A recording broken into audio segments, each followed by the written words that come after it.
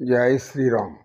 గురువు గారు తన యొక్క ఆసనంలో కూర్చొని ఉండగా శిష్యులందరూ కూడా తాము ఏం చర్చించాలి అనేటువంటి ఆలోచనలో వారిలో వారు చర్చించుకుంటున్నారు. అదే సమయంలో అక్కడికి ఒక వృద్ధురాలు అక్కడికి వచ్చింది. ఆ వృద్ధురాలు ఎలా ఉంది అంటే శరీరం అంతా కూడా నగలు, అనేక రకాలైన అలంకరణలు కూడా ఉన్నాయి. అంటే మరీ ఎక్కువ వృద్ధురాలు కాకుండా ఒక వయస్సు స్త్రీ ఆమె. ఆమె అక్కడికి వచ్చి సత్యనిష్ఠుడు నమస్కరించి ఆయన పాదాల పడి నమస్కరించింది. గురువు గారికి నమస్కరించిన తర్వాత ఆమె పైకి లేచి, అమ్మ ఏమిటి, ఎవరు మీరు అని అడిగాడు సత్యనిష్ఠుడు. అయ్యా, నేను ఈ పక్కనే ఉన్న గ్రామంలో ఒక ధనిక కుటుంబంలో ధనవంతురాలను. నాకు కావలసినంత ధనం ఉంది. అదేవిధంగా అనేక మంది సేవకులు కూడా ఉన్నారు. అయితే నేను నా స్వహస్తాలతో భుజించాలి అనేటువంటి కోరిక నాలో ఉంది. ఎందుకో ఏమో కానీ ఆహారం తినాలి అన్నప్పుడు నా చేతులు నాకు సహకరించడం లేదు. ఆహారం తినే విషయంలో మాత్రమే నేను నా చేతులు ఉపయోగిస్తుంటే అవి పైకి లేవడం లేదు. మిగతా పనులన్నీ మాత్రం చేయడానికి చేతులు రెండు సహాయపడుతున్నాయి. అయితే ఎందుకు నా చేతులు ఆహారం అప్పుడు మాత్రమే నాకు అవి పనిచేయడం లేదు? ఈ యొక్క సమస్య ఆరోగ్య సమస్య అనుకుని ఎందరో వైద్యులకు చూపెట్టారు. వైద్యులు అందరూ కూడా నన్ను పరిశీలించి నీ చేతులకి ఏమీ లేదు, బాగానే ఉన్నాయి పో అన్నారు. అయితే నాకు ఇలా ఎందుకు జరుగుతుంది అనేటువంటి మనోవేదన నన్ను పీడిస్తూ ఉంది, నన్ను బాధ పెడుతూ ఉంది. ఎవరైనా నోట్లో పెట్టి తినగలుగుతాను, కానీ నా చేతులతో నేను ఎత్తుకొని తినలేకపోతున్నాను అని బాధపడింది. ఆమె అనేక కానుకలు కూడా గురువుగారికి తెచ్చింది. ఫలాలు, ఇక అనేక రకాలైనటువంటి పిండి వంటలు ఇవన్నీ కూడా తెచ్చిపెట్టింది. అయితే సత్యనిష్ఠులు అవన్నీ చూసి నవ్వుకొని, అమ్మ నీవు ఏ పెద్దవారి దగ్గరికి వెళ్ళేటప్పుడు ఇలా జ్ఞానుల దగ్గరికి వచ్చేటప్పుడు ఏవో తెచ్చి పెడుతున్నావు, కానీ మీ చేతులు అలా పనిచేయకపోవడానికి కారణం ఒకటే ఒకటి అని కళ్ళు మూసుకొని తెరిచి చెప్పాడు సత్యనిష్ఠుడు. అప్పుడు ఆ వృద్ధురాలు ఏం చెబుతాడో అని ఆశగా ఎదురు చూస్తూ ఉంది. సత్యనిష్ఠుడు ఇలా తెలియజేశారు, మీరు పూర్వజన్మలో కూడా ఒక ఉన్నత కుటుంబంలో జన్మించారు. ధనధాన్యాలకు ఎటువంటి లోటు లేదు. అయితే ఆ కాలంలో పేదవారు అనేక మంది మీ యొక్క పరిసర ప్రాంతాల్లో నివసిస్తూ ఉన్నారు. వారు అనేక మంది ఆహారం కోసం మీ ఇంటికి వచ్చినప్పుడు మీరు చేతులతో వాళ్ళని కసిరి, తిట్టి, అనేక విధాలుగా దూషించి పంపించేశారు. మీ చేతులతో ఎటువంటి దానము, ధర్మము చేయలేదు. దాన ధర్మాలను చేయలేని చేతులు వృధా అనేది మన సత్యం చెప్పేటటువంటి విషయం. మానవులకు జ్ఞానం ఉంది, మనకు సంపద ఉన్నప్పుడు ఇతరులకు మన చేతులతో సహాయం చేసినప్పుడు ఆ చేతులకు శక్తి వస్తుంది. మీరు గత జన్మలోను ఈ జన్మలోను కూడా మీ చేతులతో లేని వారికి ఆకలి తీర్చలేదు, అంత అన్నం పెట్టలేదు. ఎవరికి కూడా కనీసం దాహం చేయడానికి కూడా, తీర్చుకోవడానికి కూడా నీరు ఇవ్వలేదు. ఈ కర్మ మిమ్మల్ని పట్టి పీడిస్తూ ఉంది. కనుక మీరు దానం చేయలేని చేతులకు భగవంతుడు మీకు ఆహారం తీసుకునేటటువంటి, నీరు తాగేటటువంటి స్థితి లేకుండా ఆ కర్మఫలం ఇప్పుడు అనుభవిస్తున్నారు అని చెప్పాడు సత్యనిష్ఠుడు. భగవంతుడు మనకు చేతులు ఇచ్చింది రెండు కార్యక్రమాలకు ముఖ్యంగా.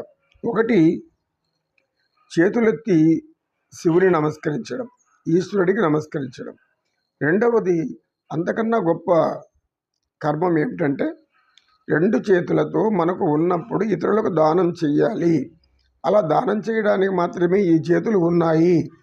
ఈ చేతుల యొక్క ప్రభావాన్ని తెలుసుకోకుండా అనేక మంది దానం, అన్నం అడిగినప్పుడు కానీ, నీరు అడిగినప్పుడు కానీ ఇవ్వకుండా కసురుకోవడం, విసురుకోవడం, అలా చేయడం వల్ల చేతులు ఉపయోగం లేనివిగా మారిపోతాయి.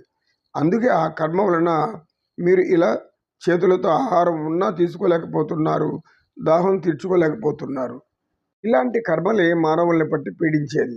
కనులు ఉండి దుర్మార్గపు విషయాలను చూస్తూ ఆనందిస్తూ ఉన్నప్పుడు ఆ కనులు వృధా. అది భగవంతుడిని చూడాలి, మనుషులలో భగవంతుడిని కూడా చూడాలి. మనుషుల బాధలు, కష్టాలు తొలగించడానికి మన కనులలో 2 నీటి బొట్టులు రావాలి.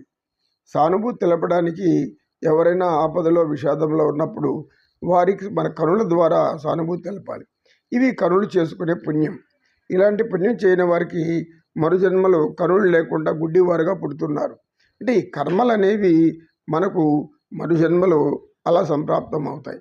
కనుక మీరు చేతులతో దానం చెయ్యండి, ఇప్పటి నుంచి కొంతకాలానికి మీ చేతులు మీకు పనిచేస్తాయి అని చెప్పి సత్యనిష్ఠుడు ఆమెను పంపేశాడు. ఇది అంతా విన్న శిష్యులు వాస్తవము అని గ్రహించారు. మానవ శరీరం మనకు భగవంతుడు ఇచ్చినటువంటి గొప్ప వరం. ఈ శరీరం పరోపకారానికి కూడా పనికి రావాలి. మనకు మనం ఉపయోగపడడం, మన వారికి ఉపయోగపడడం గొప్ప కాదు. లేని వారికి ఉపయోగపడడం, నిస్సహాయులుగా అసహాయ స్థితిలో ఉండి మానవులను ప్రార్థించినప్పుడు సహాయం చేయలేకపోవడం, ఇది కూడా మానవుని యొక్క కర్మకు ఫలితాలే. ఉదాహరణకు మీకు మరొక సన్నివేశాలు చెప్తాను. ఒక ఋషి అనేక సంవత్సరాలుగా తపస్సు చేస్తున్నాడు దైవ దర్శనానికి. అయితే అతను దైవం కనుగరించలేదు. అప్పుడు ఆ వ్యక్తి వచ్చి నన్ను ఇలా అడిగాడు, అయ్యా, మీరు జ్ఞానుల్లాగా ఉన్నారు, నేను ఇన్ని సంవత్సరాలుగా తపస్సు చేస్తూ ఉన్న భగవంతుడు నన్ను ఎందుకు అనుగ్రహించడం లేదు అని అడిగాడు. అందుకు నేను కాసేపు ఆలోచించి ఇలా చెప్పాను, మీరు తపస్సు చేశారు వాస్తవమే, భగవంతుని మీద ఏకాగ్రత చూపుతూ నిత్యం తపస్సు చేస్తూనే ఉన్నారు. ఇప్పుడు నేను జ్ఞాన దృష్టితో చూసి మీరు ఇంకనూ 10,000 సంవత్సరం తపస్సు చేయవలసి ఉంది అని చెప్పాను. అప్పుడు ఆ వ్యక్తి మహా సంతోషంతో నాకు ఇంకా 10,000 సంవత్సరాల్లో ముక్తి లభిస్తుందా అని ఆనందిస్తూ వెళ్ళిపోయాడు. 10,000 సంవత్సరాలతో ఆ వ్యక్తి అది 10,000 సంవత్సరాలను 10 క్షణాలుగా భావించి వెళ్ళాడు. అందుకే అతను ఆనందంతో ముక్తిని పొందాడు. ఇంకొక ఋషి వచ్చాడు, అతను కూడా ఇలాగే అడిగాడు. అప్పుడు నేను చెప్పాను, మీకు ఇంకా కొద్ది రోజుల్లోనే ముక్తి లభిస్తుంది, దైవానుగ్రహం లభిస్తుంది అని. అప్పుడు ఆ వ్యక్తి ఏం చెప్పాడంటే, ఇంకా 10 రోజులు వేచి ఉండాలా, ఈ 10 రోజులు అంటే నాకు ఎంతకాలం పడుతుంది అనేటువంటి మనోవ్యధతో, దుఃఖంతో, బాధతో వెళ్ళిపోయాడు. ఈ ఇద్దరిలో మీరేం గ్రహించారు అని వినయశీలుని ప్రశ్నించాడు గురువు.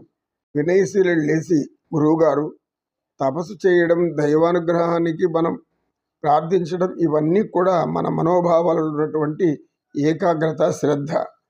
ఎంత సమయం అనేది కాదు, మనం ఏ విధంగా ధ్యానం చేస్తున్నాం, ఏ విధంగా పూజ చేస్తున్నాం అనేటువంటిది ముఖ్యం.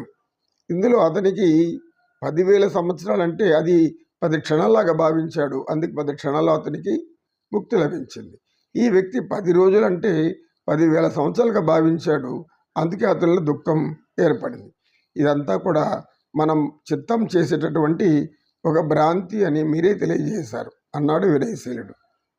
చాలా చక్కగా చెప్పావు నాయన అని చెప్పి, సర్వేషనా సుఖినో భవంతు, సర్వసన్మంగళాని సంతు, ఓం శాంతి శాంతి శాంతి అని సత్యనిష్ఠుడు శాంతి మంత్రం చెప్పి, ఏతత్ సర్వం శ్రీకృష్ణార్పణమస్తు, ఓం తత్సత్.